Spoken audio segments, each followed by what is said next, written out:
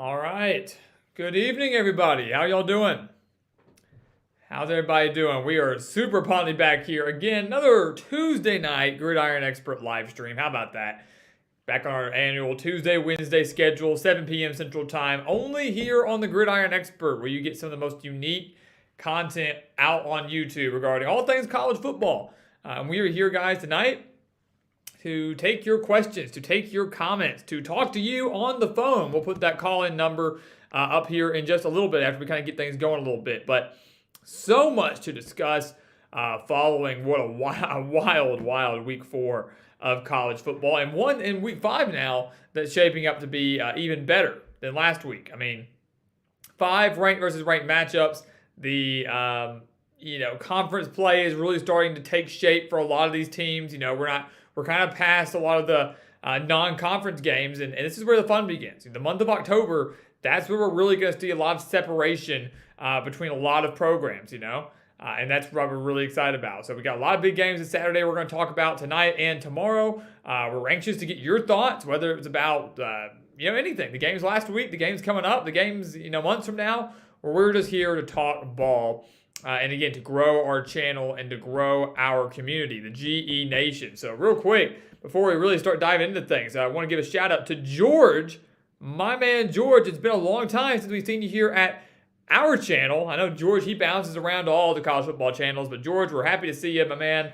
Obviously, and yes, everybody can watch Florida on Sunday. Of course, we are keeping an eye on Hurricane Ian and hope everybody that is living in that area down in Florida is going to be okay. We're praying and thinking of those that are living there, the players, the coaches, but the fans as well. If you're in that area, definitely be careful. It does provide us with some Sunday college football, yes, but obviously we want to make sure people don't, people are safe and don't lose their livelihoods and things like that as well. But yes, all eyes can be on Florida and Eastern Washington on Sunday. So George, good to see you. Maddox, Ken Cannon, Chan Man, Robert Sharpton, good to see you. Stephen Cuffey, nice to have you here, man. Knox, Stats, and Facts. I like that. I like the flow of that. Very nice. Eddie Rose, Logan Elliott, what's going on, man? Big win for West Virginia last Thursday over Virginia Tech. So congratulations on your victory. So yeah, awesome. Got a lot of people here, and just a major shout out to everybody else that will be joining later on tonight, whether you're or maybe watching later on. Maybe you like to watch this in the morning when you're on your way to work or you're eating breakfast, or maybe you're going to watch it late night, at 7 p.m. Central Time here. A lot of people, 8 o'clock out east, a little earlier out west. But regardless of where you are and when you're watching, we want to thank you for being here at the Gridiron Expert and spending your time watching us and talking college football with us. And we look forward to doing that again every Tuesday and Wednesday, 7 p.m. Central Time, right here on the channel. All right, let's get into it. We will put out the call-in number here in a second. I want to make sure I get through a couple of chats first. Remember, the way this works is we will be putting the call-ins. We'll take as many calls as possible. So we might hang up on you. It's not personal. It's just the way we're going to do things so we can get through as many calls as possible. We'll make sure to address your question. Later on in the night, we will cut off the calls, make sure to address everything in the chat, and then we go from there. So that is how we will structure tonight. But before we dive into the calls, I do want to get a couple of chats in here. I asked you guys at the beginning of this stream, I said, what game this week are you most excited for?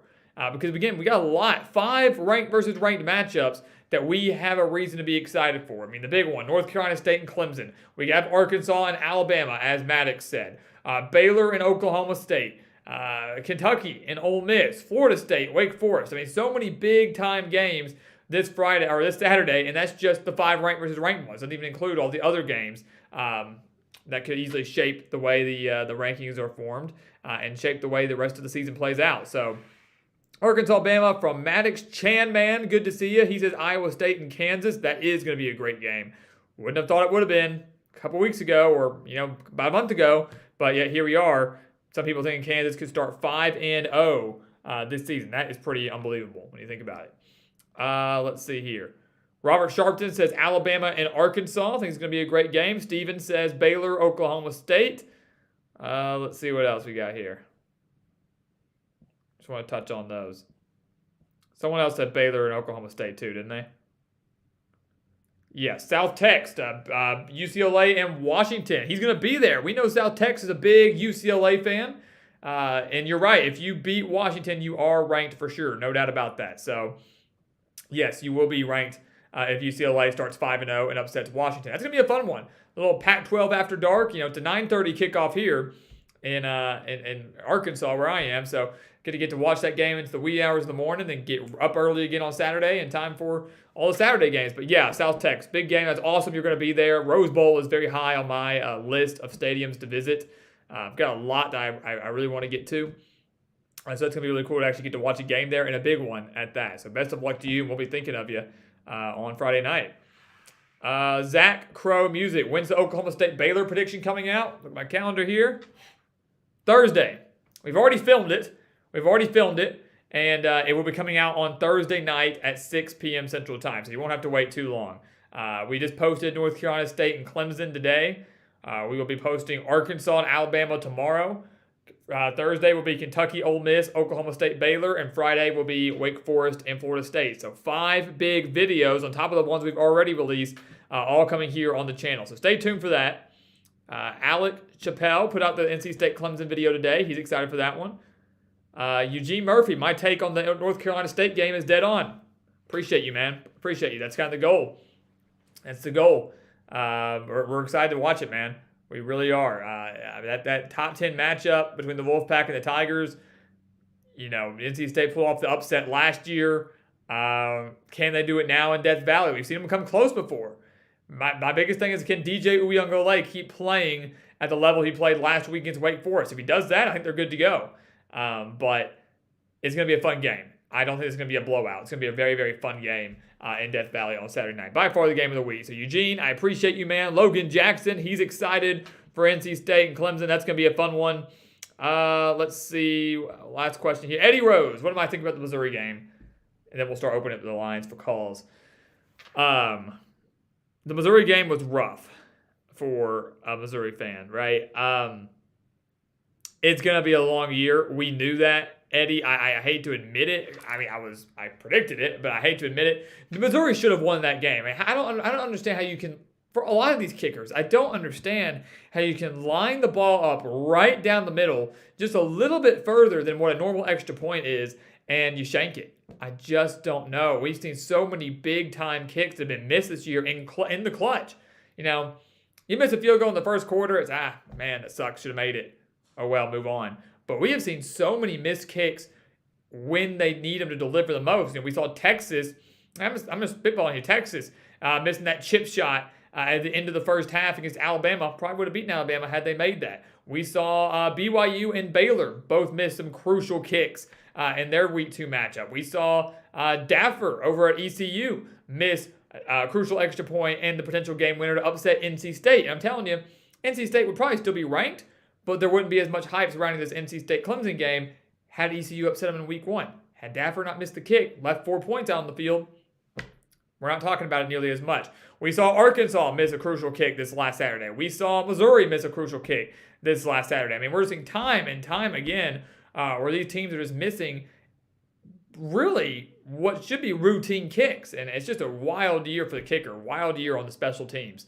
But for Missouri, man, I do feel for you, Eddie. I mean, there was no reason that Pete needed to stretch that ball out.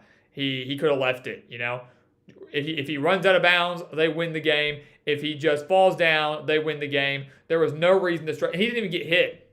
I think that's the worst part. He was stretching the ball and didn't even get hit. He just dropped it. I guess it slipped, or maybe he was anticipating a hit. I don't know. But that's a heartbreaking way to lose. And I think ultimately what it did, it bought Brian Harsin a little more time at Auburn. He's going to be gone. Brian Harsin's going to be gone very, very soon. But it bought him a little bit more time. And, I mean, y'all remember, I mean, there was speculation that he was going to be fired had they lost to Missouri. So if Missouri wins that game, Auburn fires Brian Harsin on Sunday. But he's still there. Eli Drinkwitz, on the other hand, he probably will be gone by season's end. They might give him one more year, depending on how the rest of the season fares. But, I'm looking at Missouri and what they've got ahead of them. And it's not going to be pretty. What are they, 2-2? The 2 games against Power 5 opponents they've gotten blown out in. They got blown out by Kansas State. Well, I'll tell you, they got blown out by Kansas State. They lost to Auburn. Didn't get blown out, but should have, another loss. They lost the 2 games to Power 5 teams. They're going to get blown out by Georgia this Saturday. So there you go. Now you drop to 2 and 3. They haven't played Tennessee yet. They haven't played Kentucky yet. They haven't played a decent South Carolina team yet. They haven't played an up-and-coming Vanderbilt team yet. They haven't played Arkansas yet. I mean, there's just so many games coming up for Missouri, and you go, crap, where are the wins? We have to win 4 more games to go bowling? It's just not going to happen. It's just not going to happen. The Tigers just aren't there yet. And they easily could get rid of Eli Drinkwitz if they go 4-8, 5-7, somewhere around that mark. Let's see here. Victor Parker, what's my opinion of Jackson State from the SWAC East? I think they're a lot of fun to watch. I can tell you that. I mean, another classic case of big names making a school relevant, right? I mean, they don't go out there and hire Deion Sanders, and no one's talking about Jackson State. They're just a blip on the map, and no one really cares. But Deion Sanders is there. Now they've blown up, and he's done a very good job with that program. He's recruited well. He's, utilized social media very well. He's made people aware of Jackson State, which has shed some light just onto the FCS in general, and obviously some HBCUs within that level as well. So I give a lot of credit to him for that. Jackson State and, Shadur Sanders is fantastic. He's a lot of fun to watch. So, he's a guy that easily be playing at the next level on Sundays relatively soon. So give credit to Jackson State in what Deion Sanders is building there. The question is, how much longer will Deion Sanders be there? He wanted to get into the coaching realm. He did very, very good these last couple of years. But will he leave for a head coaching job? And if so, where will he go? Would he ever dare take a Power 5 coaching job that isn't, with Florida State? Would he ever go there? Someone said, he's going to go take the Georgia Tech job. But would he? Would he really take the Georgia Tech job? Probably not. Probably not. So if I'm Deion Sanders, I am a idol at Jackson State. I can do no wrong at Jackson State. I'm winning relatively regularly. So why leave unless someone offers me a really good position that I just can't pass up? That's what I would do. But yeah, a lot of credit to him for what he's doing there. Actually went to Jackson State, I think it was last summer. It was really, really cool. And he has some nice facilities, and it's neat. Kind of, like I said, blip on the road. He was driving down the road. Oh, crap, there's a university here. But still a very, very neat situation for sure. And then, let's see. Maddox Kincannon. Who do I have in Arkansas or Alabama? You will find out tomorrow. And I'm sure we'll talk about that on some call-ins or some chats later on, but we will talk on Arkansas and Bama tomorrow with our prediction video we're putting out, and obviously the live stream tomorrow night. I'm sure we'll talk more about it then as well. So, having said that, let me get my phone out here and let me type in the number so I can get it pinned to the chat. For some reason my laptop doesn't work very well. But our call-in number for tonight, we'll take calls for about an hour or so. We're going to take as many as we can. Again, limiting to about 3 to 5 minutes on the phone. We will hit your questions in the chat, so keep pumping stuff into the chat, guys. We love talking to you guys and hearing from you. But our call-in number tonight, 501-777-5861. That is our call-in number right here at the Gridiron Expert. And it should be pinned. Boom. There we go. And make sure you hit that like button, guys. If you haven't already, go smash that like button over on this video. Again, those boosts our analytics. So we have about 5 likes so far. But definitely make sure to hook us up. Boosts our analytics, helps more people find us, allows us to continue to grow our channel. That's what we want to do, guys. We want to grow our Gridiron Nation, grow the GE Nation, grow the community, build the family, and continue to build on the foundation that we've already laid here. So make sure to hit that like button and share as much as you can about the Gridiron Expert. Share it, share it, share it. But again, call-in number 501-777-5861. The lines are open. So let's get talking. Let's talk some college football. We want to hear your thoughts, your opinions, whether it's about something that happened last week, the games coming up. We're ready to discuss. And then tomorrow, we'll obviously have our annual Upset Wednesday. So when you come back to this live stream tomorrow night, we'll be taking a look at potential teams that could upset a team by that's a double-digit underdog that could easily upset the team they're playing. We're getting a call right now. Let me get it on.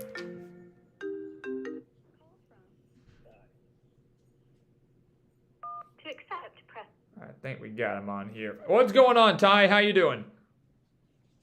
I'm doing good. How are you? Hey, I'm doing good, man. Doing good. Thanks for calling in. Yeah, no problem. So what's up? I mean, Hello? haven't seen you on the chat this today, but nice to know you've been watching. Nice to know you were able to get the first call in today. So what's up?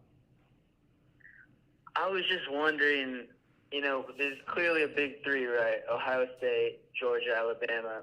Who do you think has the best shot at being that fourth team? Yeah, it's a good question. Yeah, right. It's actually kind of funny that if you look at the AP poll, which we don't really enjoy very often, but in terms of the points they're getting from votes, I mean, there's not much separation between those top three teams, and then the fourth is really up for grabs. And from what I've seen these last 4 weeks or so, it's tough. I mean, fourth right now is Michigan. Fifth, you've got Clemson. And then there's kind of everybody else, kind of all kind of up in the air. I mean, some would make a case. You got an NC State in there. I'm going to tell you, Ty, personally, what I think the fourth best team is. I'm leaning towards Clemson right now over Michigan. Now, granted, I have Michigan above Clemson, and I'm going to stick by that. But by the time the season ends, I think that fourth team will probably be Clemson. Okay. And then you think Clemson has a better chance of getting in than, say, like SC? Yeah, the thing with SC, man, it's a really complicated process for me. USC is really, really good. There's no doubt about that. They've got a lot of talent. But the problem that I have with them right now is they haven't really played anybody. They struggled against Oregon State. Were lucky to survive Corvallis' last week, scoring with under 2 minutes to finally take the lead. Really, Stanford gave them a tougher test than people, I think, realized. Had Stanford not committed like 4 turnovers, they easily could have won that game. I will really buy into the USC hype and start believing they could be a playoff contender when they beat Utah on, I think, the 15th, so about 2 weeks from now. That's going to be the one for me that really shows, hey, USC is legit. We can start taking them seriously as playoff contenders. But if they fall short, I think we've kind of overhyped them all year long, if that makes sense. Okay. And then also I wanted to ask about last week's Oregon game. Do you think it helps or hurts Oregon? Because, I mean, Washington State's undefeated. It's on the road, but it's hard when you, lose 3/4 of that game and still barely beat an unranked team. Yeah, that's an even good question too. I'm gonna probably be in the minority here, Ty. I'm gonna think it actually helps them. What I saw, here's the thing. I'm gonna be the first to admit, I picked Washington State to win that game, and I think Washington State should have won that game. When you're winning by 12 points with under 5 minutes left, the fact that they blew that lead is unbelievable. I picked them to win, and luckily they got that backdoor cover for me. I was really happy about that. But I genuinely think it helps Oregon here because you're right. It was a good Washington State team who had a quality resume-boosting win on the road at Wisconsin. So it wasn't that they just beat up on a bunch of minor schools. It was a good win.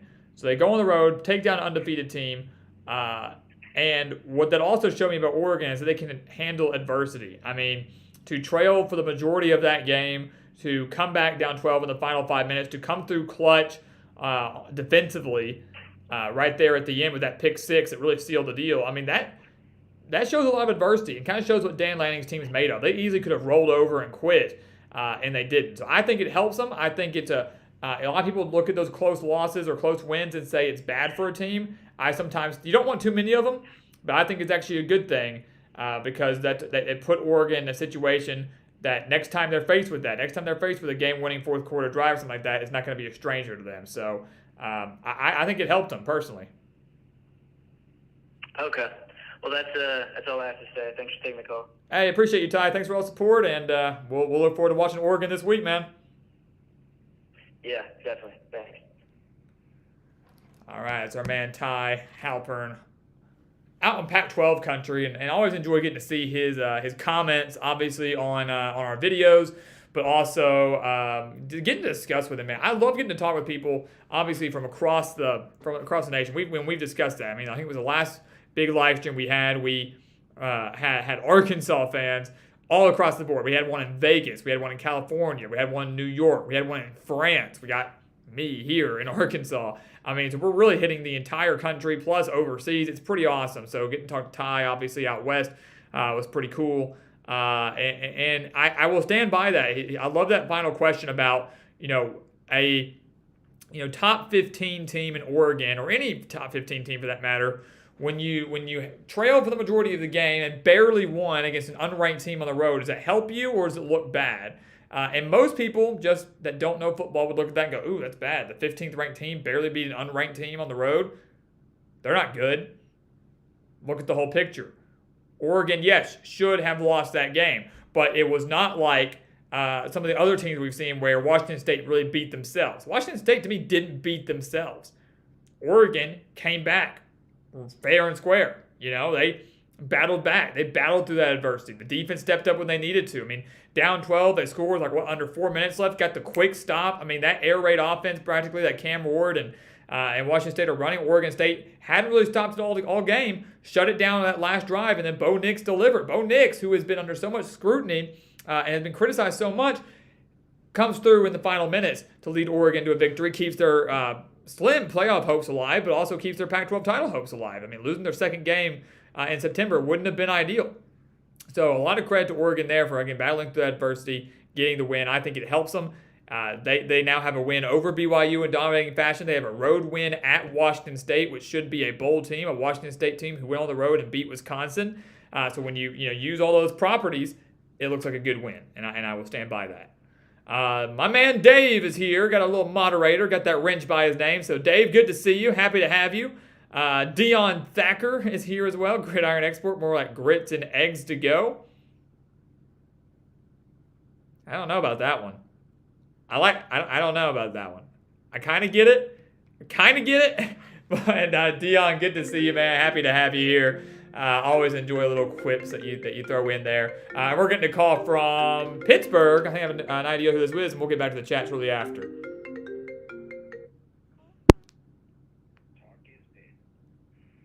To accept, press 1. Yeah, I think I nailed that one. Talk is Pitt. What's going on, man? How you doing? I'm doing pretty good. How are you? I'm doing great, man. Couldn't be happier. How you feeling? You ready for Georgia Tech this week? Oh, yeah, definitely ready for Georgia Tech this week. Didn't have any too much concerns except for Jeff Sims. To me, Jeff Sims is the best player on Georgia Tech and maybe the only reason why they even have any bit of offense to begin with in the first place. And he's good. I think, honestly, Jeff Sims being at Georgia Tech is probably killing his NFL chances. Yeah, I'll be honest with you. I don't know how he would fare in another offense, obviously, but I don't think he's that. He's right. He's the best player on Georgia Tech, that's for sure. But I don't know if he's NFL caliber, at least at the quarterback position. Yeah. Does he? Do you know if he has any more eligibility left after this year? Isn't he done? I don't think so. I'm trying to think. His first year was in what year was that? It was 2020, was it not? I believe so. I'm trying to think. Because everyone's talking about Jeff Collins getting fired right now, so they're forgetting about everybody that's still there. I honestly can't remember because I know Slovis actually has 2 years of eligibility, so he can come back next year. I'm not sure about Sims. Now, if he's only been there since 2020, he probably has like 2 or 3 more years left because of COVID. Yeah, I was going to say, I'm pretty sure his first start, if I'm not mistaken, was back in 2020. Georgia Tech upset Florida State in Tallahassee. I thought that was his first start during that COVID year, so he should have. He's probably only a sophomore or junior right now. Should have another year or two. I don't think he was their quarterback prior to 2020, so should have a little bit of time left. But it'll be interesting to see really with Georgia Tech what happens, and if there probably will be a mass exodus by the end of the year. A lot of coaches obviously going to be leaving, players going to enter the transfer portal because Jeff Collins just kind of ran that program into the ground, and it was a good thing they fired him. He needed to be fired, but they're going to lose a lot of talent in the process as they go through this new hiring process. Oh, definitely. And I was a little bit concerned going into this game against Georgia Tech because even though they have everything going against them right now, so do we. I mean, we just lost 2 starters to season-ending injuries. We were down 9 starters last week against Rhode Island. Thank God that didn't turn out like Western Michigan. Yeah. And but we got most of those back except those 2 starters. And what concerns me is not the way Pitt is playing right now. It's the fan base around us.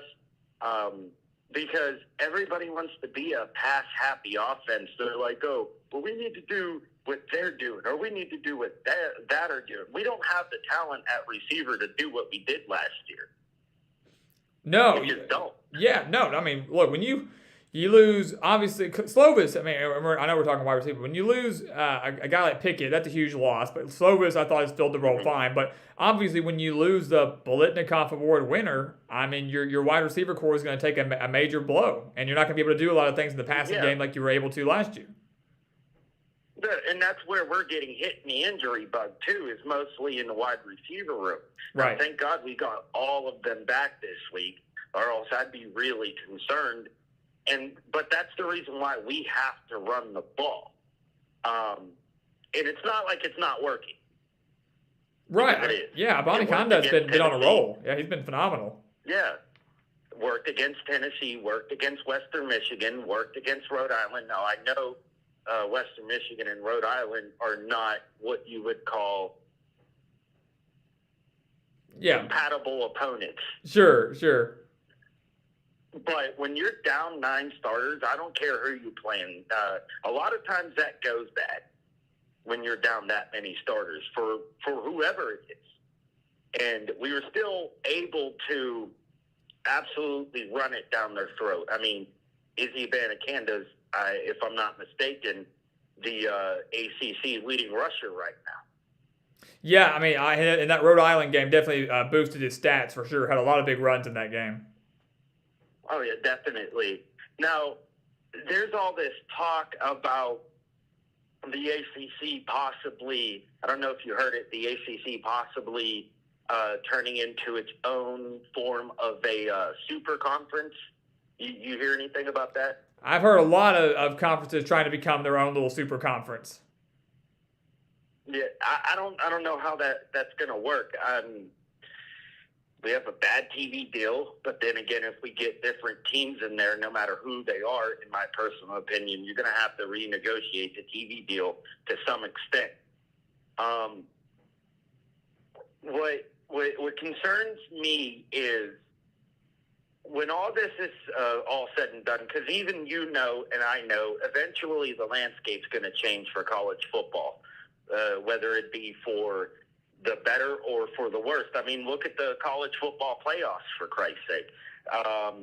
There's 12 teams now. And look what the ACC is already doing. This is the last year for any division.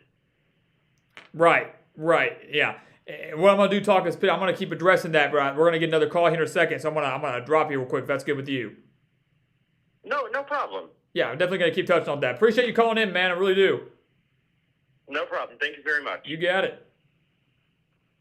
All right, so that's our man talk is Pitt. And I do want to keep addressing what he was saying real quick about obviously the way the landscape is changing for college football, and that he mentioned the ACC possibly trying to create their own little super conference. And I mean, you look at what's happening across the nation, right? I mean, the SEC adding Texas and Oklahoma, that's a huge deal.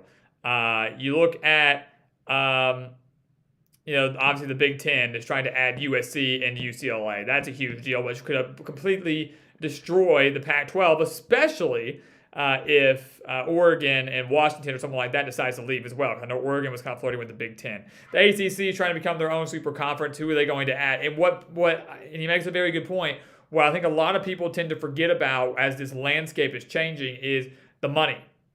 It is a business. So it's not just a matter of playing. And also keep in mind, it's not just football either. We're looking at, when Oklahoma and Texas joined the SEC, it's not just football. It's basketball. It's baseball. It's all women's sports. It's everything about those programs is now becoming part of the SEC. But you look at the TV deals. I mean, It is a business, and the ACC doesn't have that great of a TV deal. What are their deals? They have the ACC network. That's more of an afterthought for a lot of people. I mean, the SEC network is the king of the conference networks.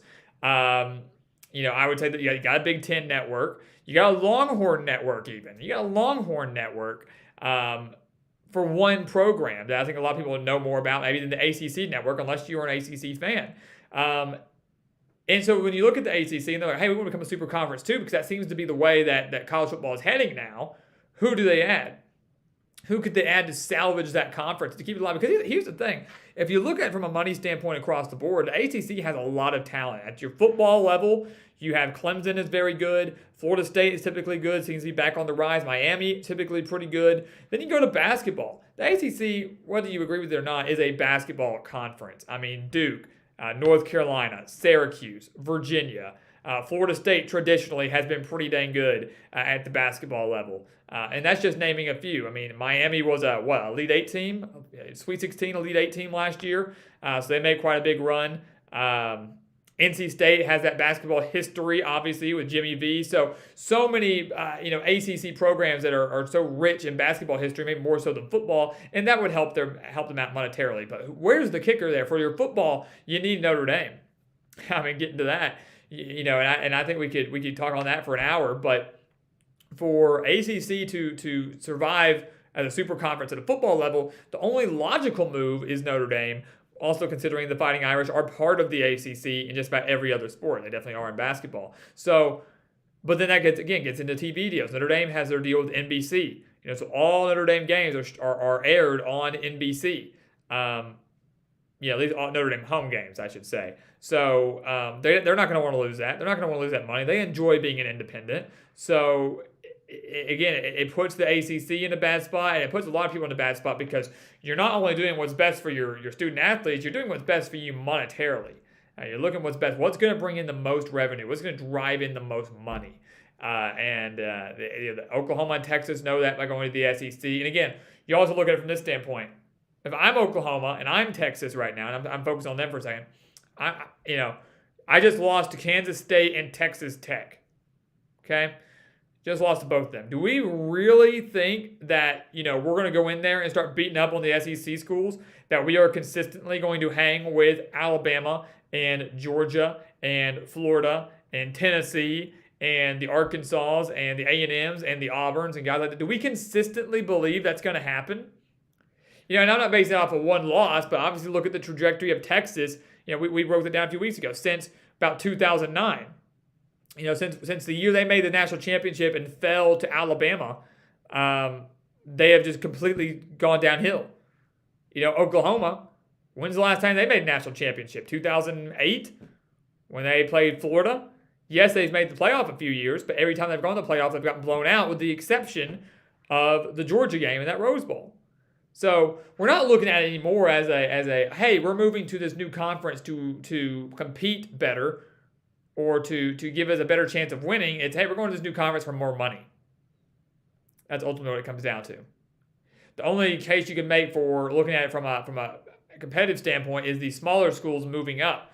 Not only are they making more money, but it gives them an opportunity to compete at a larger stage. The examples of Cincinnati, UCF, guys like that are making that move to the Big 12, that gives them more money, but also gives them leverage to get to the playoff, to make New Year's Six bowls, to have more money, to build better facilities and to recruit and things like that. So the smaller schools moving up, they're looking at it from a competitive standpoint as well. But the larger schools that are just bouncing around from conference to conference, it really isn't much of a competitive viewpoint there. So we're going to come back to the chat in a second. We are getting another call from Tennessee. How about that?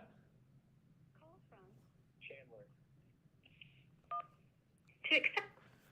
All right. So we got Chandler on the line. How's it going, man? I'm doing great. How about you? Hey, doing good, Chandler. Thanks for calling in, man. All the way from, was that Kingsport? Is that what that said? What did you say? All the way from Tennessee. Was it Kingsport?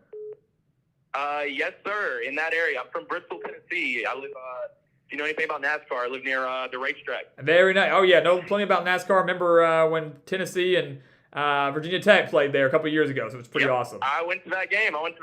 Very nice. That was a lot of fun to watch, I can tell you that. Oh, yeah, definitely.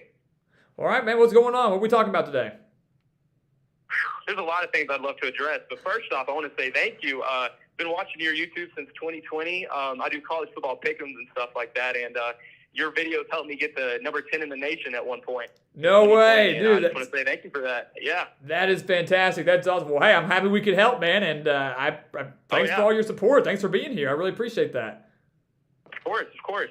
So I'm a diehard Alabama fan. My father's parents and stuff, grew up in Bama, so I've grown up going to the Bama games and all that good stuff. And this year, just wanted to say, man, Bama's not looking like Bama in my opinion. And they're bound, in my opinion, to either lose to Arkansas this week or lose to Tennessee. And that's really those two are throw-up games in my opinion. And maybe A&M. If A&M can do it again, I don't see that happening this year. But maybe, who knows? Yeah, no, excellent. I'm kind of with you, Chandler. I'm not gonna lie. A lot of people are kind of on Alabama, and I think a lot of reasons they're on them is because of that one game against Texas, right? Everybody kind of freaked out, and they go, "Bama's not Bama." I was freaking out. I was yelling at the TV. Yeah, right. I can imagine because you're not used to that. You're not used to that so many close games. But Right. but they have it, and I know as you being a Bama fan, I'm sure are you frustrated with the play calling? A lot of people are very frustrated with Bill O'Brien now. Definitely. Bill O'Brien, I mean, he got fired from, the Texans for a reason. He's not a good coach. I think he was an awful pickup from Saban, but I'm pretty sure even Saban picked up the former Jags head coach the same year, too. I definitely, that's one thing I've been stressing out to my family is, like, the offensive coordinator, especially when he got hired. I was telling all of them, like, Bill O'Brien is not the guy. Like, we need another Lane Kiffin in there or something like that. Because Bill O'Brien is just not the guy. I mean, you saw what he did with the DeAndre Hopkins trade, and it was just absolutely – he just makes awful calls. I just don't think he's the guy for Saban or the program. Yeah, and I know they kind of had a relationship prior to him being in the NFL, obviously with the the Patriots and the Texans and players and teams like that. But yeah, I agree, and I think he is to an extent kind of holding back the Alabama offense because we know what they're capable of, and we know this offense isn't going to be what they were last year. They lost so much talent from last year. But when you still got Bryce Young and you've got McClellan and, we really haven't even seen much of Jahmyr Gibbs, and I really thought he would play a much bigger role in the offense this year personally. Yeah, from Georgia Tech, I thought he would too, but he hasn't been the guy like everybody said he would be. Right. No, I 100% agree. And so all that being said, I wanted to get your take as a fan from that. I agree. I think, I said back in the preseason that if Alabama was going to lose a game in the regular season, I believed it would be this weekend to Arkansas. Now, granted, that was before. I could see it. That was before Arkansas fell to Texas A&M, but I'll die on the hill saying that I really believe that Arkansas beat themselves in that game more than Texas A&M actually won. Arkansas to me was still the better team, and so if the Razorbacks have their have the right mindset going into this game and realizing that while it's not the top 10 game we thought it was going to be, while both teams are undefeated, but knowing that if they beat Alabama, they're going to own the tiebreaker over them, it would probably be atop the SEC West. As long as they can kind of put that game in the rearview mirror, they can beat Alabama. They almost took them down last year in Tuscaloosa, and that was a better Bama team than I think they've had this year. Oh yeah, definitely. But I will go with you, Chandler, and I'll say I'm actually right now probably have a little bit more. The problem actually with both Arkansas and Tennessee is the fact that they both have very bad defenses. And that's something that even though Alabama has struggled, struggled offensively, they could easily exploit that, especially Arkansas with their passing defense. It's one of the worst in the nation, and Bryce Young could have himself a day this weekend. And it's weird because last year Arkansas had a pretty good defense from what I remember. I thought they had a really good defense. Yeah, the talent, that's the kind of thing. The Arkansas, the talent was there. They got torched against Bama last year when they played. I mean, they lost 42-35, which doesn't look horrible, but they almost allowed 700 yards of offense to Alabama. And if Jamison Williams wasn't there, then I think that they could have maybe had a better chance. I'm not saying they would have won, but if Jamo wasn't there, you never know. And that's the problem with Bama this year too, is that they just don't have that fast guy to get down the field. Just like you can't compare the receivers that Bama has now compared to the fast ones that we had previously. Yeah, they don't really have that number one guy. Like I said, the previous years they've had so much go-to. Not even just one guy. You had Jamison last year. You've had in the past. You had Jalen Waddle and you had Devontae Smith and guys like that, and Jerry Jeudy back years ago. But this year, if someone goes, "Hey, who's the Bama go-to receiver?" You go, I really don't know. There's not that one standout name. So, yeah, I'm 100% with you on that. 100%. Me too. And the one last thing that I want to say is the AP pool is so bad this year for some reason. It's like the top 3 teams, and then there's nothing else. Like everybody else besides Ohio State, Georgia, and Bama could fall. And I think my hottest take this year would be that those 3 teams, Ohio State, Bama, and Georgia, they all could lose. I don't know if this has happened previously in like the years before, but I think that you could see a year. This would be the year for it to happen. All the teams, no team goes undefeated. It just seems like that type of year so far to me. And I want to get your thoughts on that also. Yeah, no, I would, and I don't mean this towards you, I would love for that to happen, genuinely. I think it would be great for college football to see, the top 3, top 4 teams in the country all lose relatively soon, too. That'd be awesome. And I agree with you. I mean, no, to me, if you ask someone who's the number 1 team in the country, who's the one that separated them, most people would say Georgia. Well, Georgia just allowed 22 points to Kent State, which is more than double the amount of points they allowed in the 3 games combined. I know they won by 17. It's whatever, but number 1 teams in the country that are supposed to be 45-point favorites shouldn't only win by 17. Georgia is a little bit vulnerable, sure, because of how much they lost from last year. Same with Bama. Their weakness, probably offense. Struggling offensively with play calling. Ohio State, their defense is not as good as people want to say it is. The offense is phenomenal, but Jim Knowles hasn't completely transformed that defense as well as people think. So, and Michigan inevitably is going to lose. Could be this week to Iowa. Obviously Ohio State or Michigan is going to lose when they play each other in the finale. So, yeah, I do think. Alabama, they've got Arkansas, Tennessee, as we mentioned, could fall to one of them. I look at Ohio State. They've still got Michigan, obviously, and Penn State is not going to be an easy game at all coming up here in a few weeks. And then Georgia, they've still got Tennessee. They've still got Kentucky. And I think they've got a trap game against Mississippi State in late November with that air raid. More than definitely. Yeah, so I think you're right. I think we could easily have a year where no one goes undefeated. And I think that would be perfect for college football, and I think would actually finally put a little bit of stress and maybe suspense for us as fans on the college football playoff committee when they're choosing those final 4 teams in December. Right.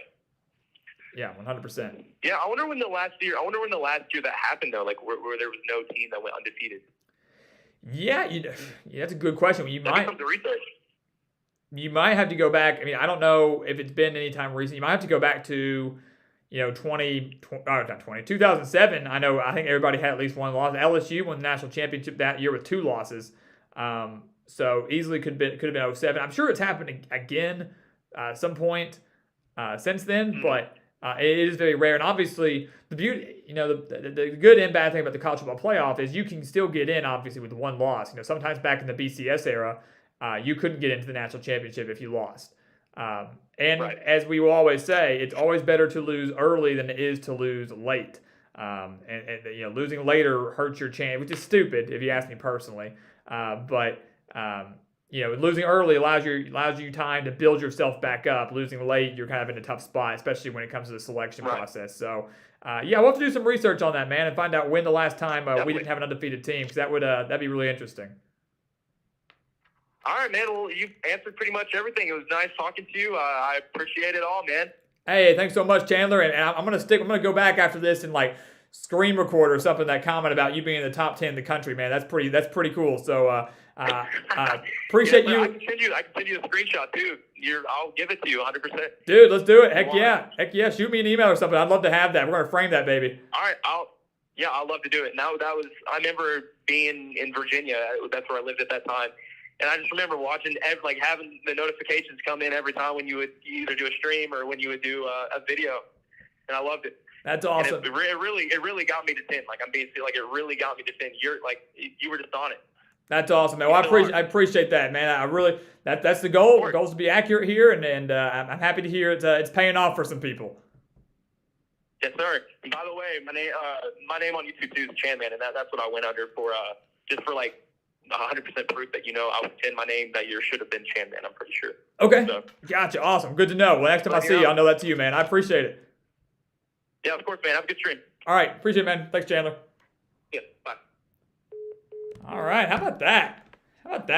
Our guy Chandler, man, all the way from Tennessee, right outside Bristol, was actually at that I think, the largest game in college football history in terms of crowd for Tennessee and Virginia Tech. But, man, okay, so let's just focus on that for a second. Chandler, again, thank you so much for calling in, man. Great talking to you. Great questions and great discussion.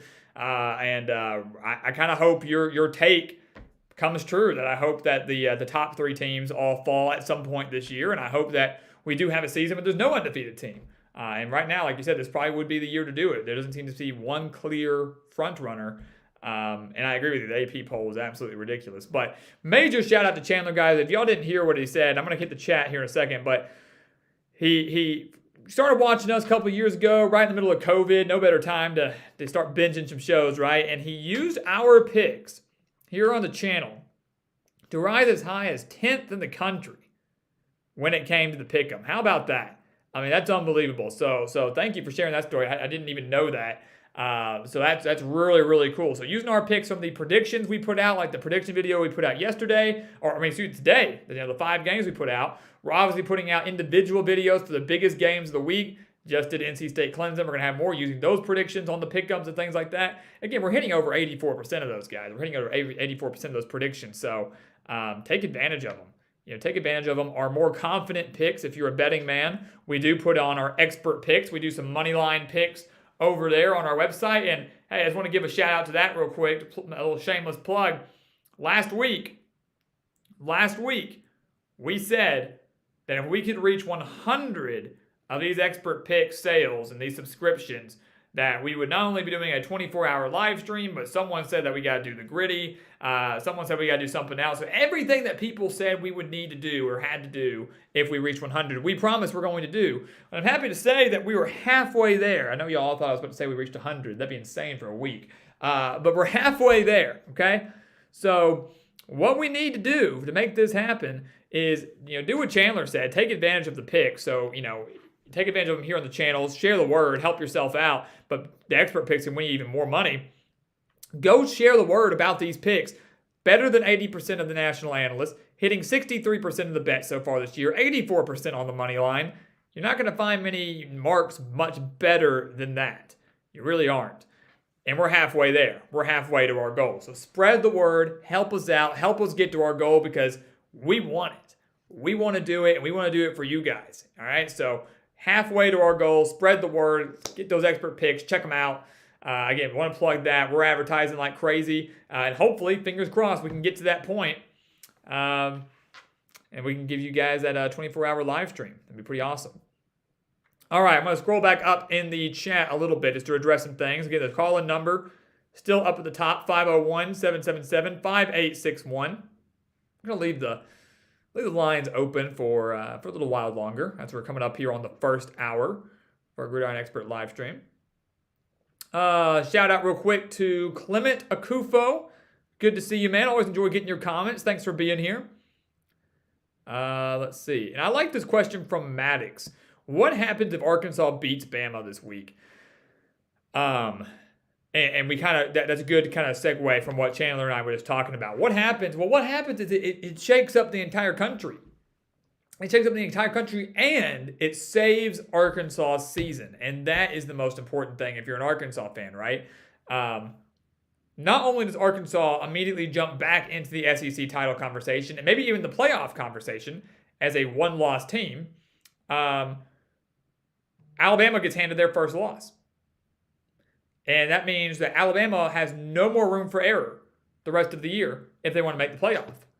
And Alabama would not own the tiebreaker over Arkansas.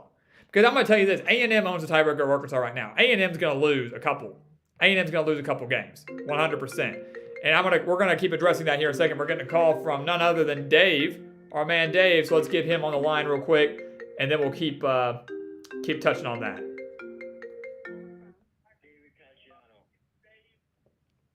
Pull him up here. Hey, what's up, Dave? How's it going? Good. How are you, buddy? I'm gonna tell you this. Hey, I'm doing good, man. Thanks for calling in. How's this working? I'm watching you talking and you're talking. How's that do? I don't get it. It's just that minor delay. And actually, if you want, mute your computer for me so we can hear you a little bit better. What do I do with my computer? Just mute it for me so we don't get that overlay. Oh, hold on. All right. There we go. Much better. We can hear you so much clearer now. All right, buddy. Well, hey, good to hear from you, man. I know you're crazy active here in the chat, and appreciate you calling in. And I know we got a few minutes here before we get to the next caller, but what's up? What are we talking about? Oh, doing good, buddy.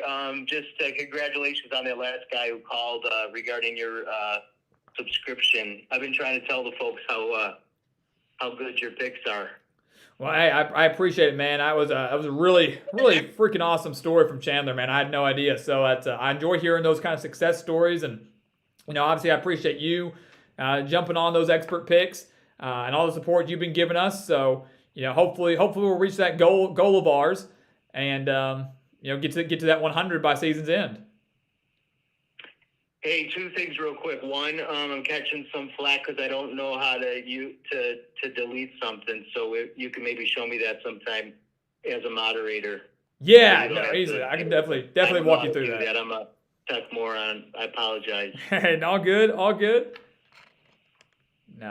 And then the second thing is, I think that this year, what people are talking about, it is pretty wide open. I think Georgia showed some vulnerability. 21 points is 21 points. That's 3 touchdowns, from a MAC team. So I think Alabama has weaknesses, like the last caller talked about. They don't have that speed guy. And their defense, hit or miss. Ohio State has a great offense, like you said. I just think every team could be beat. I think this is the most wide open year where there's really not one clear dominant team like Georgia was last year. And I think that makes it exciting. No, I fully agree. That's what we need in college football. We need some parity. And the bottom line is this: it's wide open for your national champions, right? I mean, I don't think while I do think Georgia, Alabama, Ohio State, guys like that all could lose. I don't know if they're going to lose multiple times. I think it'd be a shock if Georgia and Bama each had 2 losses or something like that. But yeah. But obviously, you take, for example, the Alabama game last year against Texas A&M. When Bama got upset by A&M, and no one saw that coming, no one expected that to happen, that put pressure on Alabama to win out. Had Alabama lost the SEC championship to Georgia, they're not in the playoff. Had Alabama lost to Arkansas, they only beat them by 7, no playoff. They almost lost to Auburn, no play. So the room for error becomes so much smaller for these elite programs if they take one loss. And I think that's what makes it more fun too. Is we're so used to seeing, these dominant teams run the table undefeated. And so, for example, you take, and I'm just hypothetical here. Say Alabama and Georgia are both undefeated in the SEC championship this year. Great, it's a big game. It's number 1 versus number 2, number 1 versus number 3, but it doesn't matter because both teams are going to the playoff regardless. But we want to see some parity. We want to see some pressure put on these teams. We want to see different teams, and I'm with you. I think it's very wide open, and I think it's going to only increase with the portal. I think that the portal neutralizes NIL dramatically. I think that like a situation like what happened, whether it's with Georgia Tech or whether it's Nebraska or any of these teams that their coaches are going down the tubes or they're sitting in limbo. Guys could just forfeit their year and say I'm going to wait. And I think that. I'm not saying that's a good or a bad thing. It is what it is. I think that the expanded playoffs is going to increase parity, and I am for that because I just don't like the subjectivity of people who aren't willing to stay up till 2 or 3 in the morning like I am on a Saturday night to watch these games. Granted, I'm betting on them, but regardless. But yeah, I just wanted to give you a shout out. Wanted folks to hear my voice and know that I'm a serious guy, and I enjoy the show, and I support your show, and I support G Nation, and we only have just begun. Big things are coming. I couldn't agree more. Brother. I'm gonna hang up. Sounds good. All right, so that was a legendary Dave. How about that? So he is so active in the chat. We appreciate him. And Dave, thank you for those kind words, man. Great question and topic, obviously. I love that Chandler kind of launched that discussion, and we've got a couple hypothetical questions here that we're going to hit in a second. But love discussing that. And but again, thank you for the support. And I like what he said. It's only just begun.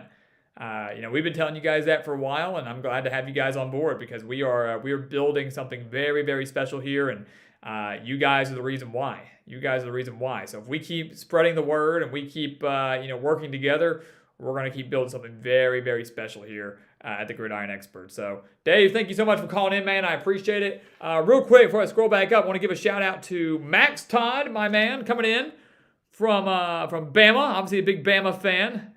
Alabama and Arkansas, baby, this Saturday. How about that? So, Max, good to see you, man. Thanks for being here. Graham Brooks, good to see you. We are going to talk about Georgia Tech. We talked about him a little bit earlier, especially with Talk is Pitt. We talked about Georgia Tech some. So we'll be talking about that when I get back down to your comment. And another shout out to Alec Chappelle as well. We'll talk about that in a second, but let's get this call in real quick. Probably going to be our last call tonight so we can hit the chat, but here we go.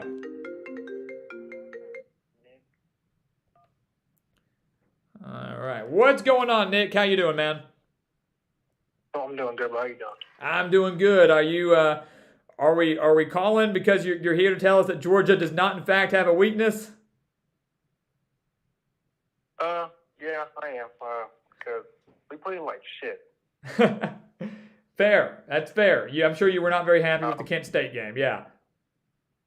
We played horrible. I don't know why Lab McConkey is still in the game. He kept dropping passes, bobbling the snap, freaking fumbles. Like, I don't know what the world was that. That was a very, very, very disappointing performance.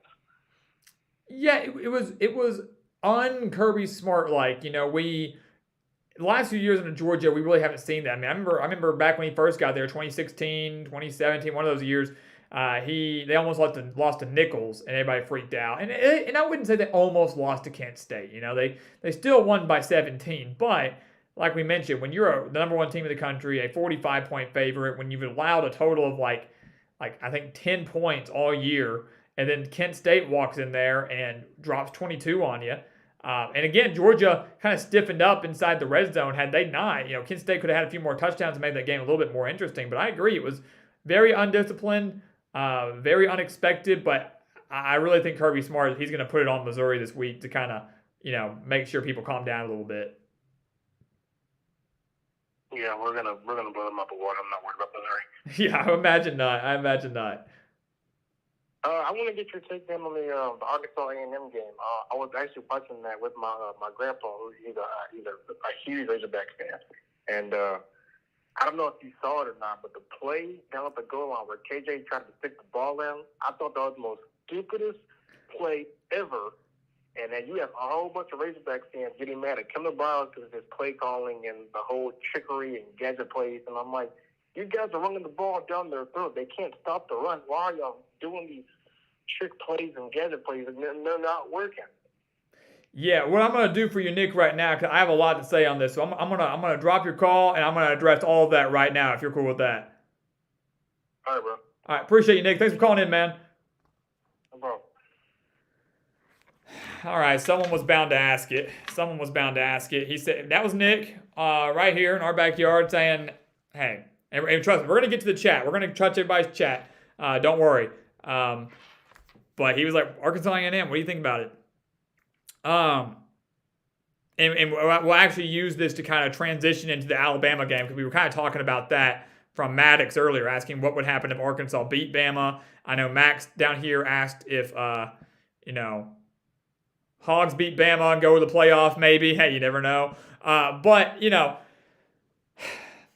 I've said it multiple times here. I said it on our recap. I'll say it now. I truly believe Arkansas should have won that game. And again, it's a shoulda, woulda, coulda. They didn't. There's still a loss next to their name. A&M still walked away with the trophy. They still walked away with the win. But if you play that game 10 times, Arkansas wins at least 8 of them, if not 9. I promise you that. If you play it 10 times with competent play calling, Arkansas wins it every time. And that's ultimately what it came down to against Arkansas. It wasn't one person or one play. But here's what I will say. That game, that play that Nick just mentioned, where KJ Jefferson tried to jump across the entire Texas A&M defensive line from about 4 yards out That play demoralized Arkansas for the rest of the game. And go back and watch it. I mean, really, Arkansas, as Nick said, they were pounding the rock. A&M was on their heels. They could not stop Arkansas. The Razorbacks were going balanced. I mean, they had 2 big passing touchdowns that got them up 14-0. They were running the ball effectively, so they'd run, then they'd do the play action, they'd go up with the pass. That's how they were winning the game. A&M had no answer for it. And so when you're 4 yards out, why not just hand it off? It's 1st and goal from the 4. Why not just hand it off to your running back or let KJ just run it up the middle by himself? You score, it's 21-7. Arkansas goes in the half up 21-7, probably wins the game. All momentum still on their side. The people that are criticizing Kendall Briles have every right to do so. I was criticizing Kendall Briles, but I do not think that Kendall Briles told KJ to jump, if you ask me personally. I don't think that's what happened. I think KJ thought he was going to get his little Heisman moment. I thought he was going to get that, highlight reel picture thing, whatever, and wanted to look good while doing it, and thought he was going to try to be like Michael Jordan, jumping from the free throw line to dunk the ball. He was going to jump from the 4-yard line over an entire defensive line, somersault over the linebackers into the end zone. That's what I think. I don't think that was a design play. I think the play was for KJ to take the ball and run up the middle. I don't think it was for him to jump. And Sam Pittman came out later and he goes, if that had been 4th down and he had done that, okay, whatever. 4th down, whatever. But not on 1st down and not from 4 yards out. Had he done that from the 1-yard line, had he done that and he fumbled, it's like, dang. All right, that's frustrating. Still should have handed it off, but I can understand why you leap. But why 4 yards out? Why? What was that going to do? You were never, ever going to score like that. Ever. It was just never going to happen. So it was a horrible, horrible decision. When A&M returned it all the way, as many people said, Arkansas was still winning that game 14-13 going into halftime. The Razorbacks were still up by 1 point, but the demeanor of the team was a team that looked like they were down 25. They were up by 1 going into half. Still had a very good chance to win that game, but it zapped the entire momentum from the team, from the fans in the stadium, and it demoralized those players. And they weren't the same after that because they even knew. They knew we have them on the ropes. If we score here, we've got this thing in the bag. I don't think A&M would have been able to come back and win that game had Arkansas gone up at halftime by 14. I don't think they would have. Arkansas had all the momentum. We're making the plays necessary. The defense was swarming. The offense was going. And ultimately, it does come down to Kendall Briles, guys. I mean, but bottom line, when it is said and done, you can point fingers at KJ for that. You can point fingers at Cam Little for the missed kick, which was one of the craziest kicks I've ever seen to hit the tip of the upright. I mean, I've never seen anything like that. But ultimately, as many would say, it shouldn't have come down to Cam Little. It shouldn't have come down to a game-winning field goal for Arkansas. The Razorbacks probably should have won that game by at least 10 points. But for Kendall Briles, the problem with him was he wanted to get cute. As Nick just said, Arkansas was running the ball effectively with their 3 running backs plus KJ. They were throwing the ball pretty well too. So why, when you're moving the ball and you're on the Texas A&M 40-yard line, do you decide to run 3 straight reverses or 3 straight plays that try to incorporate Malik Hornsby, the backup quarterback for Arkansas, who they kind of were transitioning to wide receiver? Why did you run 3 straight plays? 1 play, okay, bad call, didn't work, let's move on. But 3 straight plays. That resulted in like -6 yards. So now you punt. You ended a promising drive that probably could have gotten you 3, and now you got nothing. Why, when you're down 9 in the 4th quarter, do you run a double pass that has never worked during his time at Arkansas? Why? The Razorbacks ran that double pass in the bowl game against Penn State. It was an interception. They ran the double pass against A&M this last Saturday. Didn't work. Ended up being a loss, I believe, of yards. They ran it. They ran a fancy reverse play the very first game that Sam Pittman was there against Georgia. The Razorbacks had momentum. They were still up 10-5, I believe it was, or 10-3, I think it was. They ran the reverse play, and they're deep in their own territory. They botched it. Georgia recovered, got the safety, 10-5. Arkansas probably wouldn't have won that game, but why run that risky play deep in your own territory that easily could have resulted in a touchdown and, again, zap momentum from the stadium? Kendall Briles doesn't know his place, and he doesn't know how to finish the drives. When something is working, why do you go away from it? Why go away from something that is working? If the team can't stop the run, don't go to the pass. If they can't stop the pass, don't start running. And if you've watched Arkansas football, what they do consistently is they go run, pass, run, pass. It's not we will rock you. You're not playing music here. You're trying to win a football game. But that's what they do. And if you watch the Arkansas game against Alabama this weekend, I'm hoping for a close game. Personally, I'm hoping for a Razorback victory. Those of you know that, I am I'm a Razorback fan, but I don't have faith in Kendall Bryles' play calling. I don't have faith in them to realize, hey, we can't run against Alabama because I don't think the Razorbacks will be able to. Go look at last year's stats. Arkansas averaged 2.6 yards per carry on 41 carries. They ran the ball 41 times against Alabama and barely got anything going.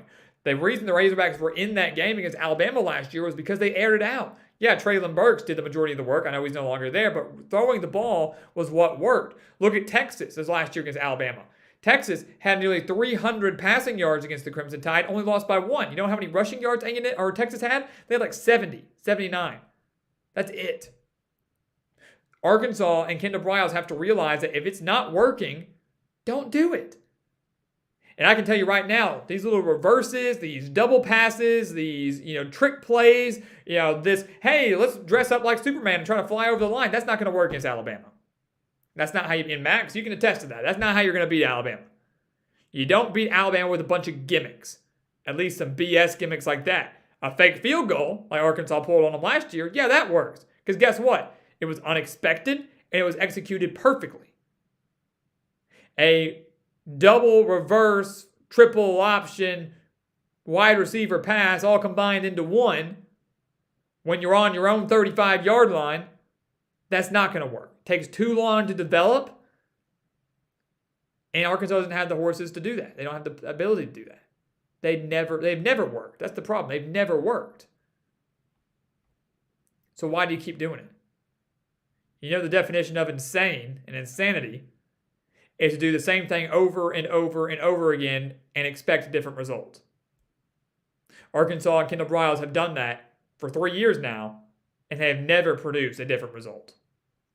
So I will tell you this, Nick. You asked my thoughts on that. I think the play calling was god-awful. I think Arkansas should have won that game. I believe Arkansas was the better team. And I can only hope that Arkansas will still be pumped up for this game against Alabama because ultimately it still is a very big game. As we mentioned, Arkansas can save their season if they defeat Alabama on Saturday. If they do not beat Alabama, yes, their hopes of winning the West are gone. Not that they were going to probably win it anyways, but their hopes of winning the West are gone.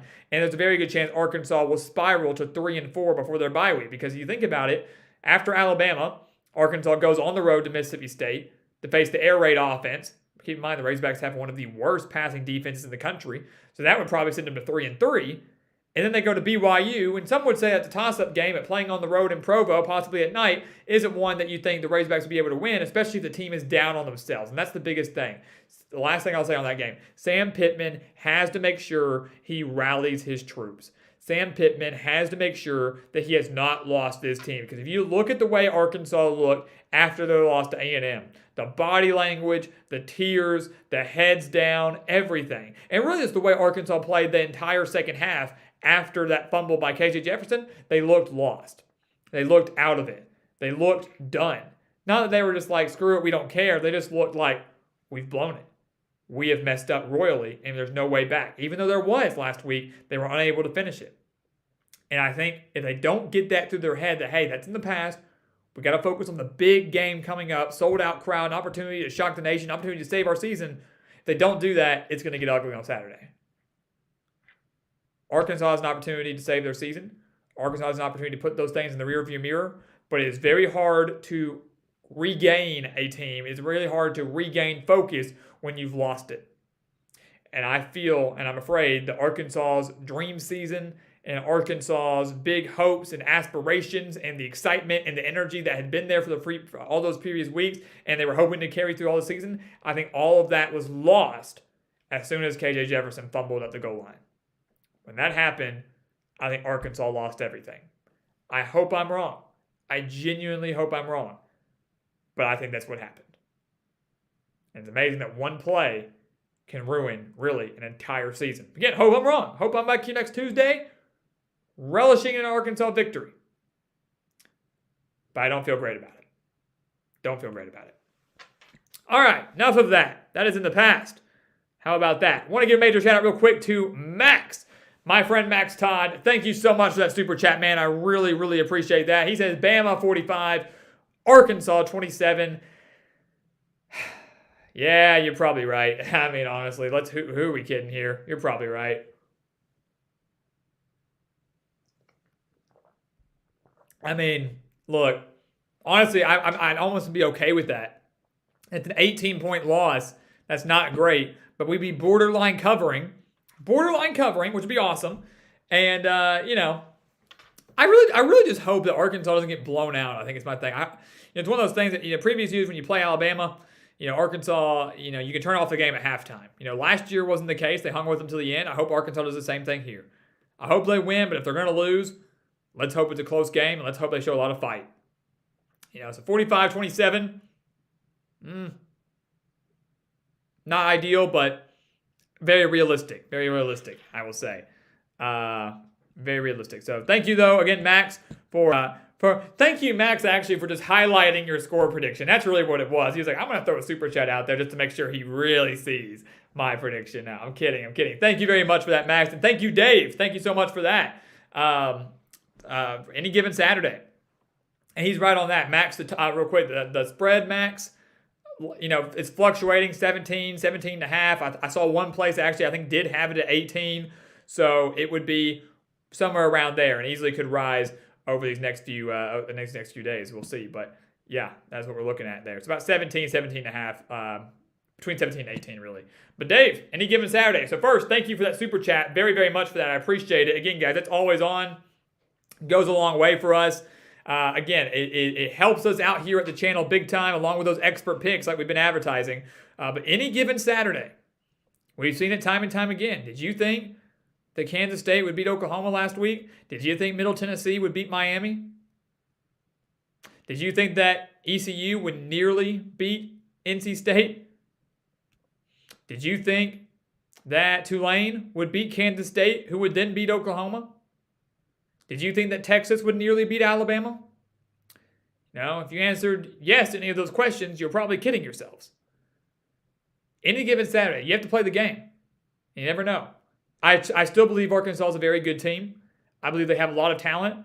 The reason they lost last week was coaching, and not really more from Sam Pittman, more from Kendall Briles.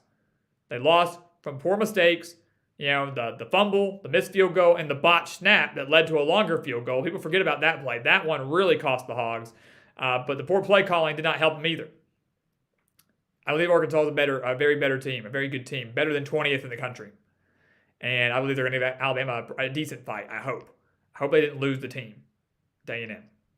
Any given Saturday, though, Dave. Hopefully you and I are right. I know you're a big Hog fan, too, so hopefully you and I will be rejoicing on Saturday night after a major, major upset. But again, we'll see. Time will tell, and that's the beauty of college football. Got to play the game.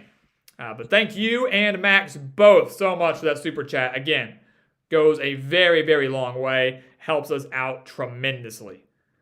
Let's see. Hitting on a couple of the other chats that I've seen here. I'm kind of catching up, honestly. Let's see. I like Dave's comment up there earlier. I think it's amazing how wide open all the conferences are. Yes, I do too. I mean, it's pretty nice, isn't it? I mean, someone made a really funny point. They're kind of joking. Look at the SEC, just to stick on that for a second. For years and years and years, it was how good the West was and how bad the East was. But now, I'm not saying the West is bad, but the East has risen up.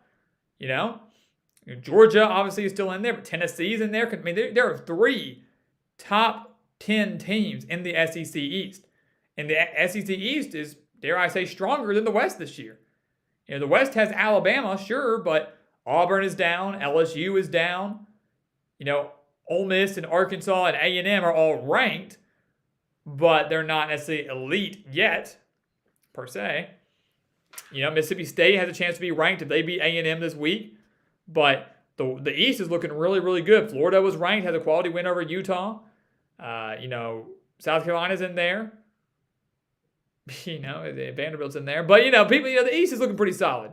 And so, yeah, I mean, the SEC is pretty wide open. The Big Ten, The West is wide open, although Minnesota looks like they're starting to pull away a little bit. The East, very competitive over there too. Ohio State, Michigan, Penn State, your top three. But don't sleep on a team like Maryland, who held their own against Michigan last week. The ACC, the Atlantic Division, my God, how exciting is that? I mean, Clemson's up there as a top 5 team, narrowly beat Wake Forest. They've got NC State in the top 10 showdown this week. They got Florida State rising up the ranks right now over in the Coastal. Who knows who's going to win that one?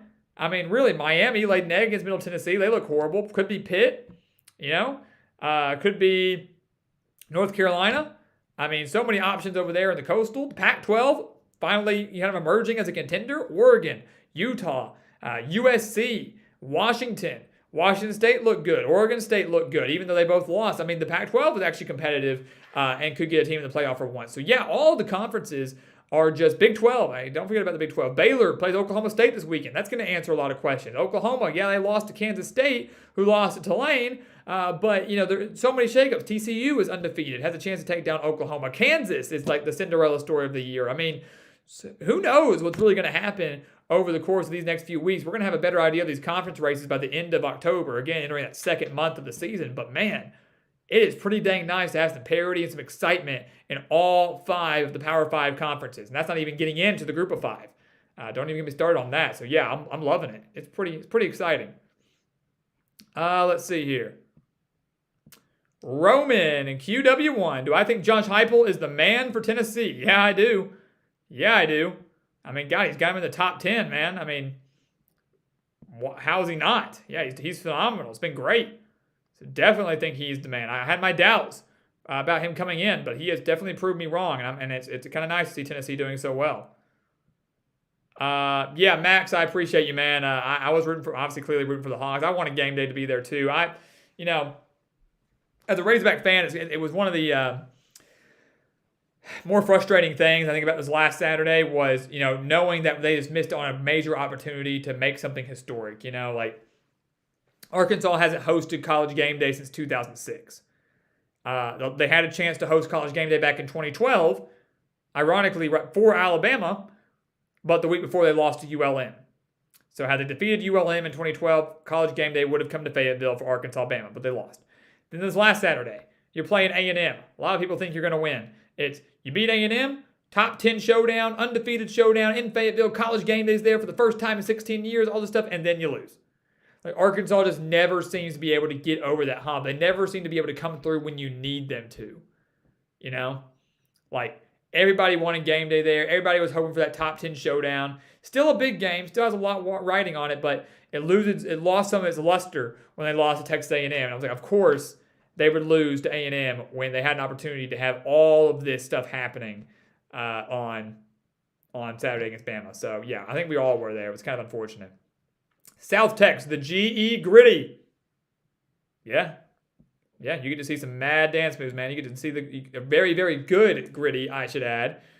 I think I've perfected it, but you won't get to see it. You won't get to see it unless we reach 100 of those bad boys. Again, we mentioned earlier, we're 50% of the way there. We're halfway there. And we're not even to the halfway point of the season. We're not even to the halfway point of the season yet, and we're halfway there. So help us out. Spread the word. Put a Facebook post, an Instagram post, a Twitter post. Our good man Dave Cattell, over a big Indiana fan, made sure to tweet us out on Twitter. He put a tweet out today highlighting our prediction video we put out today.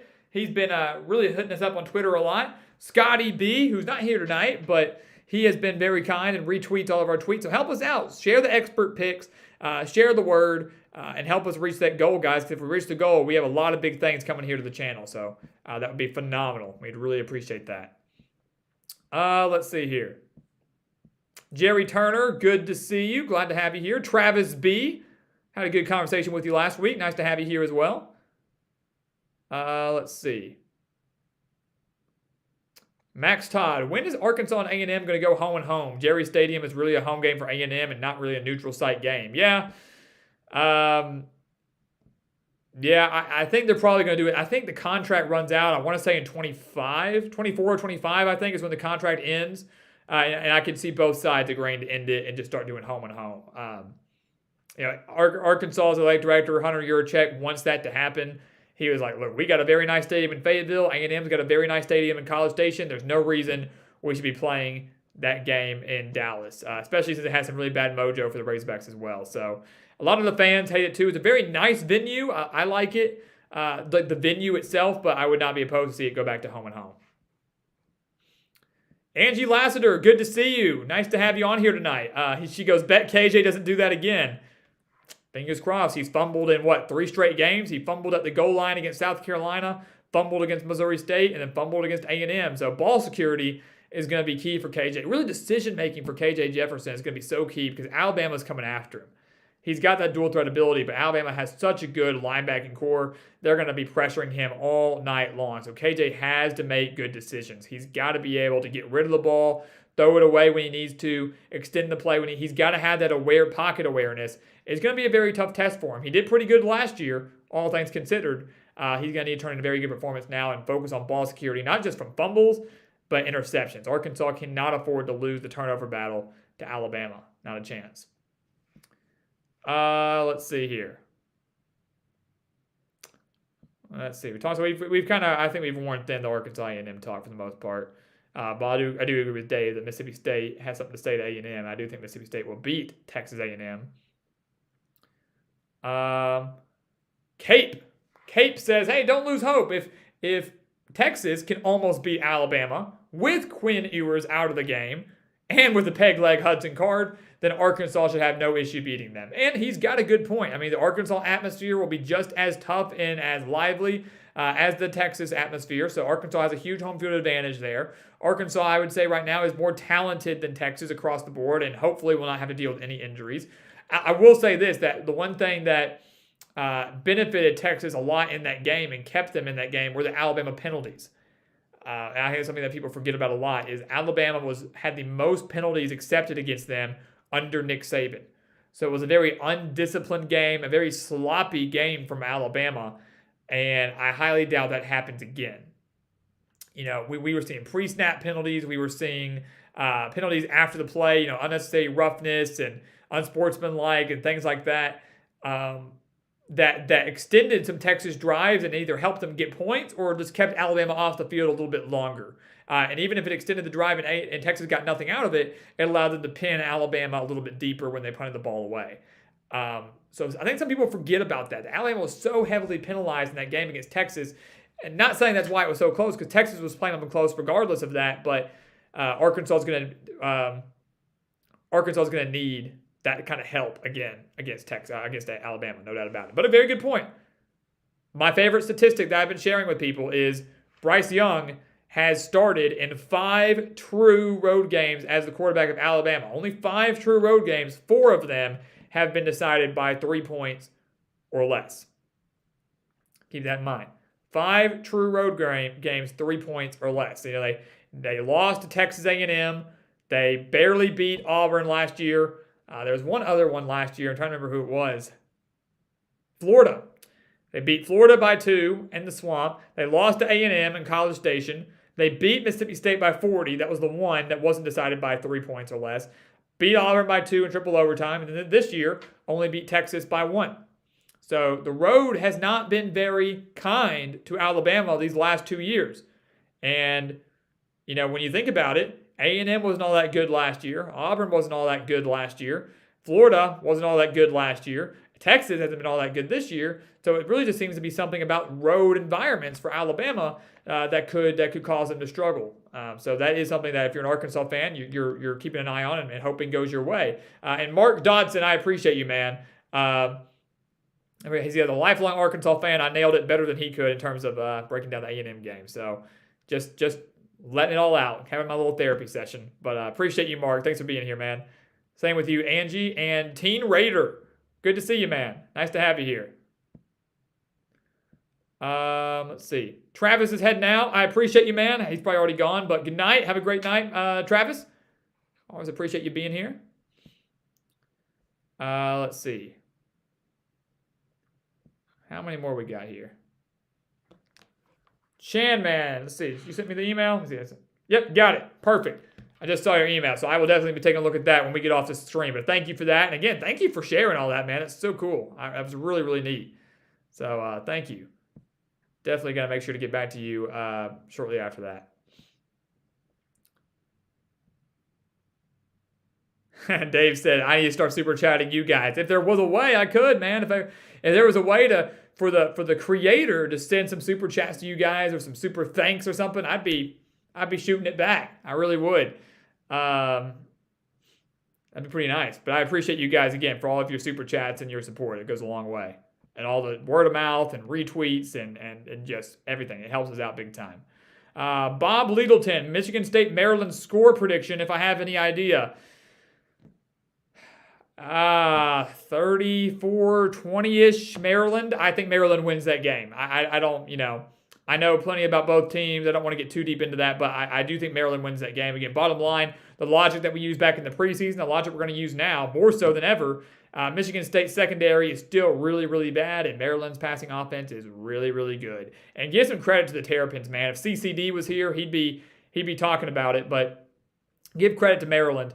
First, opening kickoff. The kickoff bounces off their return man's face mask. Michigan recovers. The very first play scores a touchdown. I mean, it looked like it was going to be a Michigan rout on Saturday morning, and Maryland settled in and was in that game. Only lost the game by 7. So give credit to the Terrapins. This is a good team. We mentioned that a second ago, that the East of the Big Ten is so heavy with Ohio State, and Michigan, and Penn State. But if there's one team that could go out there and really create some issues and pull off some upsets, it would be Maryland. So give them credit for that. But I do think they take relatively easy care of Michigan State. Jackson Scholl, do I think UNLV is the best Mountain West team right now? Possibly. If you're not following the UNLV Rebels, go take a look at their stats. Go take a look at their team. They are electric this year. Again, who is? Them or Air Force, and Air Force just lost to Wyoming. So I don't know. Boise State's not it. San Diego State's not it. Utah State, the reigning Mountain West champions, they're definitely not it. UNLV just beat them on the road. That was actually one of our expert picks that we got correct.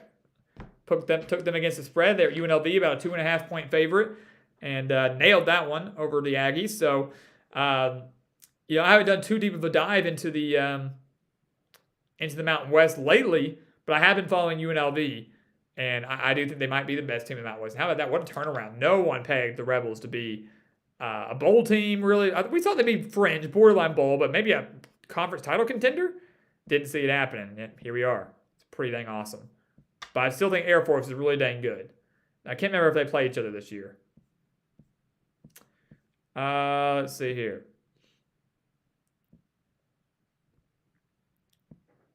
Let's see. Chris Wilson. So many upsets this year so far, so why not add Arkansas onto them? Again, you can't rule it out, guys. You can't rule it out. I think someone made a point. We're talking so much about this game, and I like it.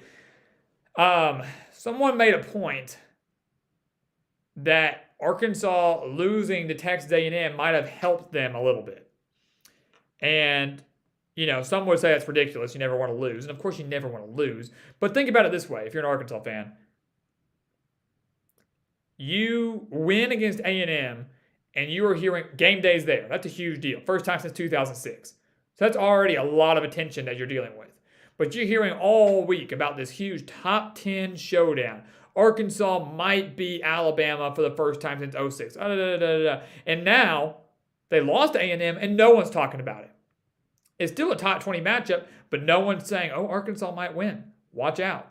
No one's given as much hype as it would have. So basically they were saying Arkansas's loss to A&M might have been a good thing for 2 reasons. Number one, Arkansas now has a loss under their belt. Let's face it, Arkansas wasn't going to go undefeated. They were going to lose at some point. If they had beat A&M and even beat Alabama, they were going to slip up to somebody. Could have been Mississippi State, could have been BYU, could have been Ole Miss. Who knows? They were going to lose to somebody. Now your loss is gone. And Pittman can get the team go, all right, you've done it. You haven't. You know what losing feels like. Let's never do it again. And now it's, all this hype we were going to be getting, it can go to a player's head. As Nick Saban says, it's like rat poison. We hear all the stuff you put out on social media and you say on TV and all that, and it's like poison. Because our players take that, and we channel that, and we use that, and it's not good. We don't want to hear that, right? And so someone was saying, hey, Arkansas's not getting that much hype. No one's giving them a fighting chance. Had they beat A&M, some people would be giving them a fighting chance. Isn't that funny how that works? Arkansas should have beaten Texas A&M, but they didn't. So no one's giving them a chance. But had they defeated A&M, everybody go, well, hold on now. Arkansas might be able to pull this off. All the more reason, again, that some people think that Arkansas could win on Saturday. Easily could. Less hype, less distraction for the team, less distraction for the players. You've got the loss out of the way. You're not dealing with all this press coverage. Let's just go out there, play ball, and rebound. Let's go back and bounce back. That's what you have to do. And the only concern I have for Arkansas, again, is making sure the players' mindset is there following that heartbreaking loss to A&M. It wasn't just a normal loss. It was a heartbreaking loss, one that everybody knows they should have won. Can they bounce back and have the right mindset and start strong? And secondly, will the fans be there? Because that's one thing that the fans don't realize too is, if this was college game day in attendance, top 10 showdown, undefeated, oh yeah, it'd be sold out. Fans are going to be there. But are their own fans going to write off the Hogs and not show up to this game because they lost to A&M? And in their minds, they think it's going to be a blowout. You got to hope that the Razorback Nation shows up, shows out, and is ready to go at 2:30 p.m. on Saturday afternoon. That's what you got to hope for if you're Arkansas. So, I like that comment by Chris Wilson. So many upsets, why not add Arkansas onto them? Very well could happen. No one's giving them a fighting chance. The Razorbacks are still a pretty dang good team. No doubt about it. Let's see here. Last few comments here before we wrap things up for the night. It's already 8:30. Wow, already gone for an hour and a half. And had some great discussion. Chris is a big Hog fan. Says, go Hogs. Let's go, baby. Gary West says Tennessee will be. I don't know what that means. Tennessee will beat Bama. I see. Tennessee will beat Bama. Lock it. The game is in Knoxville. That is where game day will be going in a few weeks if both teams continue to win. And that has is a top 10 showdown, Tennessee and Bama. That's going to be a very, very fun game and one where they easily could pull it off, 100%. Let's see here. Trying to see what comment that was there. Let's see. Hey, Christopher Simmons, good to see you, man. Bama, Arkansas prediction. Tomorrow. The official prediction and analysis for Bama and Arkansas. That's what I want. Listen, I'm going to say this right now. As we're slowly wrapping things up. We have talked about Arkansas, which has been fantastic, for a lot tonight. We've talked about it on the calls. We've talked about it from your comments and your chats. So do me a favor. Tomorrow at 1 p.m. Central Time, we are putting out our Arkansas and Alabama prediction video right here on the channel. Our deep analysis, looking at the stats, looking at the history, everything. We're talking about it on that video, just like we do for all the other big games. Go watch it. And when you're watching it, think about it and say, hey, let me go share this video. Let's make that Arkansas-Bama video. Let's let that be the one that gets all the hype. Let's put it out there and let's get as many views on that thing as possible.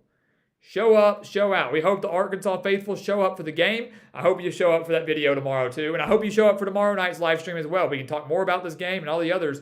We're going to be talking about potential upsets. Arkansas could be one of them. Tomorrow night on the live stream at 7 p.m. Central Time right here on the channel. So go make sure, all you Arkansas fans that are asking questions about this Razorback game and this Bama game, even if you're not an Arkansas fan, you're Bama fans like Max, go watch it. Max and Chandler, guys like that, go watch it tomorrow and we'll discuss tomorrow night. Let's do it. Got to keep it up. And we are, let me see here. Our lines are down. We have cut off our lines. I know someone was trying to call from Kentucky. Unfortunately, we're wrapping things up, so we're going to hit the rest of the chat, and we'll make sure to have the lines back up briefly tomorrow. But let's see. Angie says the season is a quarter of the way over. We don't want to talk about that. A quarter of the way over, or you glass half full, glass half empty. You go, hey man, we're a quarter of the way done. That's unfortunate. Or you can say, hey, we still got 3 quarters left. That's what we like to look at. We still got 3 quarters left. Still got a lot of football left to be played. It is going by fast, but we got a lot of football left to be played. So let's get it going. All right.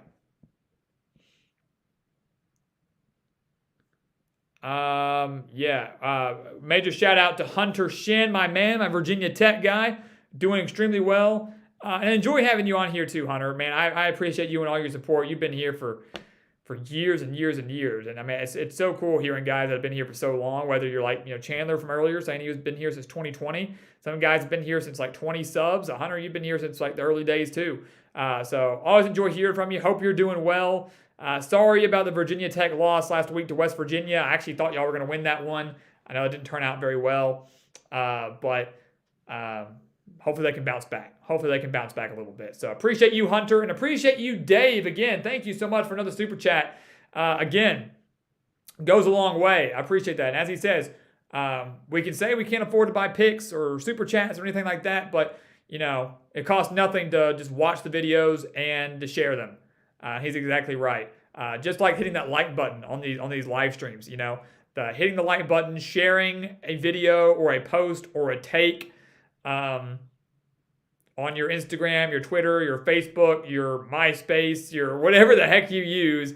That costs nothing. And again, that word of mouth is how we grow. It's how we grow. So help us out. Help us out. Share the video, share the content, share the word. Share what we're doing here at the Gridiron Expert. And we can keep growing, we can keep building, and we can keep bringing you better content every single year. And really just every single week is the ultimate goal. So Dave, thank you so much for that. Cash money, go NC State. God, talk about that. How big that would shake up the playoff race. And we'll talk more on that tomorrow in our live stream. If NC State were to upset Clemson, what that would do for the college football playoff. So appreciate you, Cash Money, and Hunter Shin. Yeah, next live stream. Come on. We're having a live stream tomorrow. We're having a live stream tomorrow night at 7 p.m. Central Time. That'll be the last one of the week. We'll probably do calls for that one for about 30 minutes or so. Pretty short. We actually have a set topic tomorrow, believe it or not. But we will have one. But hopefully we can get you on then. If not, we'll get you next week 100%. Because you're right, it's been long overdue. Definitely need to reconnect for sure. But I appreciate you and all the support. Jackson Shoal, Western Kentucky is probably going to beat Auburn. Wouldn't rule it out. I wouldn't rule it out. And obviously, for Brian Harsin and Auburn, I feel like it's one more loss and he's gone. They wanted him to lose to Missouri so bad on Saturday, man. They wanted him gone. They were hoping he'd lose. And had Brian Harsin lost to Missouri, he would have been fired. If he loses to LSU this Saturday, he's probably fired, I would think. So much is at stake for him. It's almost like Auburn's like, they want him gone. They want him out. And it's really sad when you look at a program and you're hoping your team's going to lose. You're hoping your coach is going to lose. But they are. I don't know who Auburn thinks they're going to go get. I don't know who they think is going to come save this program. I don't know. But Brian Harsin will be gone by the end of the year unless he just wins out, and we all know that's not going to happen. Western Kentucky would just be the icing on the cake, cherry on top, if he loses that. But time will tell. They should have lost to Missouri, though. That's for sure. Cash Money says BYU beats Utah State by 35. Not out of the realm of possibility. Utah State struggling big time this year. And yes, finishing up Christopher Simmons and Jackson Schultz. So, all right, guys, having said that, I think we'll wrap up the live stream here tonight. I know it kind of stops abruptly. Tomorrow, we will have more of a set topic. We'll take some calls. We're going to talk about our upsets, our possible upsets here at the Gridiron Expert. Remember, those are teams that are double-digit underdogs that could end up winning outright in Week 5. So stay tuned. We have Upset Wednesday and Wacky Wednesday. Remember, starting something new.